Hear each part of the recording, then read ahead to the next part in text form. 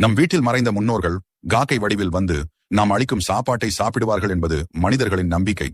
சனி பகவானின் வாகனம் காகம் என்பதால் காகத்திற்கு உணவு வைப்பது சனி பகவான் தரும் கெடும் பலன்கள் இருந்து விடுபடலாம். காகத்திற்கு ஏல் கலந்த தயிர் சாதத்தை தான் வைக்க வேண்டும். இந்த சாதத்தை வைத்தால் உங்களுடைய தோஷம் நீங்கும்.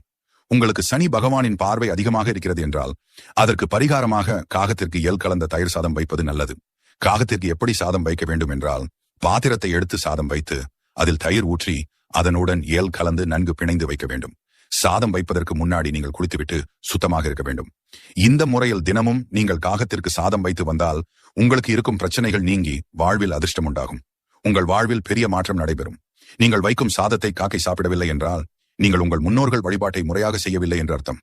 நீங்கள் மாதந்தோறும் அமாவாசை நாட்களில் முன்னோர்கள் வழிபாட்டை முறையாக மேற்கொண்டு காகத்திற்கு உணவு வைத்து பாருங்கள். நீங்கள் கூப்பிட்ட உடனே காகம் வந்து நீங்கள் வைத்த உணவை சாப்பிடும். உங்களுக்கு முருகன் ரொம்ப பிடிக்கும் அப்படின்னா கமெண்ட்ல ஓம்